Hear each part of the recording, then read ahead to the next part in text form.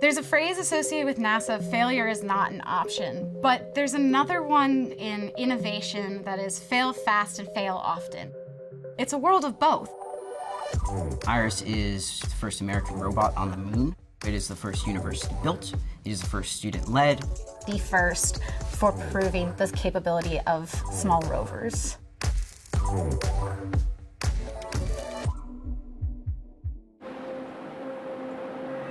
This is like teaching a baby to walk, and before it gets to that million critical steps on another planet, there'll be tens of millions here on Earth.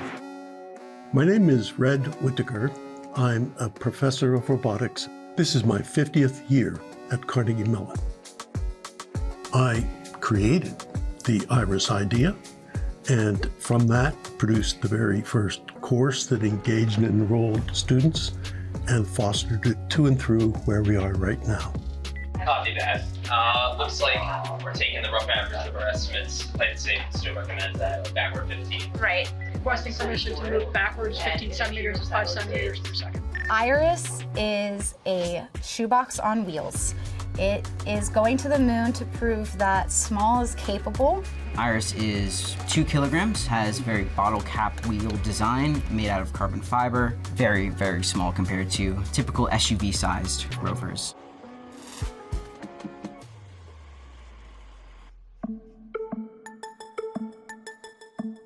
The technology that has built Iris over the years has really stemmed from various projects that date back to the 80s when Red really became interested in space robotics and lunar robotics. I formulated this notion of developing thinking machines at work in the world and in worlds beyond. Never changed one word of it and never ran out of anything great to do. The one that's left on the checklist is robots to worlds beyond.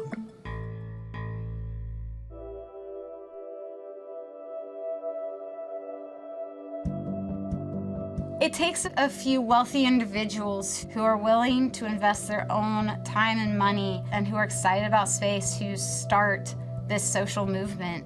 It's generating the imagination. It's really bringing the excitement back into space. It's opening doors and opportunities that really weren't here before. One of the biggest things about this project is that it's not a government entity. Because it's a student project, reaching out to the community is such a huge part of this venture. And so having the students do a crowdfunding campaign, learning how that process works, it's something that is a really unique opportunity to bring everybody in and show that anybody can make it to the moon. It can be a group of students with a dream and that one unified vision. These students can do it. My grand dream for the mission is that Iris will drive 1 meter once it gets to the moon. Tell this is flight on ops. Do you copy? Copy. Sis, this is flight. Do you copy? Copy, flight. Proceed to navigate towards the NSS on the far side of the lander. Iris requests permission to deploy from the lander. The mission success comes from the rover deploying, driving, taking a picture, and sending a picture back to Earth. Even if things go wrong after that, it can do the basics and it shows that in future iterations, it's possible. So many thousands of things have to be right to get that far. And of course, anything that goes wrong can be a fatal glitch. Every rover mission has 2 landings.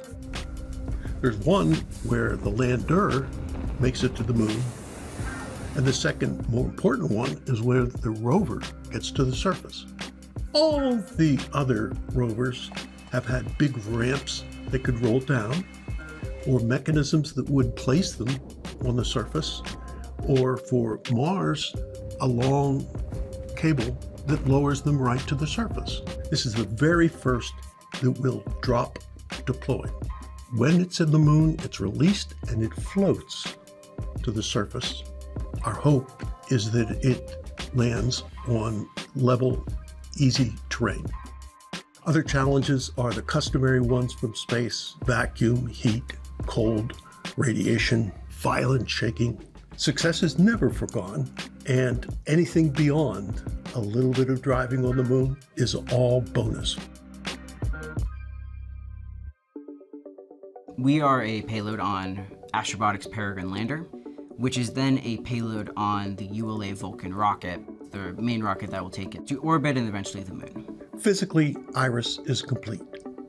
Every mechanical thing, every electronic thing, every little iota of the physical parts are done. IRIS is on board the lander. IRIS is ready to go to the moon. And what remains is to refine our procedures, our training, our team that will be operating the robot right here from this room when it's on the moon. Any rover is risky business. When it's lean development without the big money, without the long duration, without the aerospace infrastructure, without the deep experience, it's even riskier. And something wonderful about working with students is that their threshold for risk is consistent with what had to be to make IRIS a reality. Over 300 students, almost 400 students have participated in this since 2017.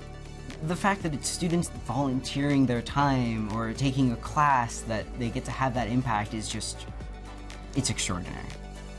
These students are going to be going out and being the next generation in the space industry and bringing this experience to the next rover or to the next rocket, to the next world that we go to. They are the ones that have brought the creativity, the courage, the drive, the indefatigable work, and the pursuit of excellence that have made it possible.